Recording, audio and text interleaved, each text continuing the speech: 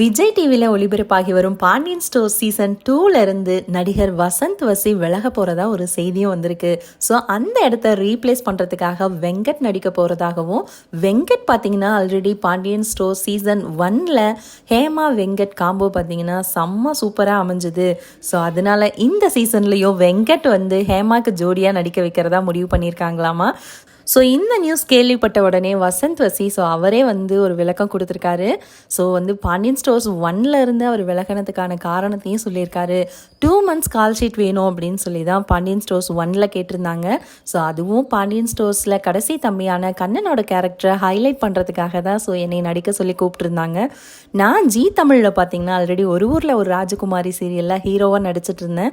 அதுக்கு முன்னாடி சீரியலில் ஹீரோவாக மட்டும்தான் நடிச்சிட்டு இருந்தேன். இந்த சீரியலில் கெஸ்ட் ரோலில் நடிக்க கூப்பிட்டுருந்தாங்க. ஸோ இருந்தாலும் 2 months தானே அப்படின்னு சொல்லி நானும் ஒத்துக்கிட்டேன்.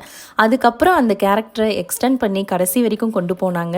பட் இந்த பாண்டியன் ஸ்டோர் சீசன் 2ல இருந்து விலக போகிறேன் அப்படிங்கிற அந்த வதந்தியை நானும் கேள்விப்பட்டுட்டு தான் இருக்கேன். பட் இது இன்னும் உறுதியாகலை. என்ன நடக்க போகுது அப்படிங்கிறத வெயிட் பண்ணி பார்க்கலாம் அப்படிங்கிற மாதிரி சொல்லியிருக்காரு. ஸோ சமீபத்தில் பார்த்தீங்கன்னா இவர் குக் வித் கோமாளி ஷோலையும் பார்ட்டிசிபேட் பண்ணியிருந்தாரு. ஸோ செகண்ட் வீக்லேயே இவர் வந்து எலிமினேட்டும் ஆயிட்டாரு.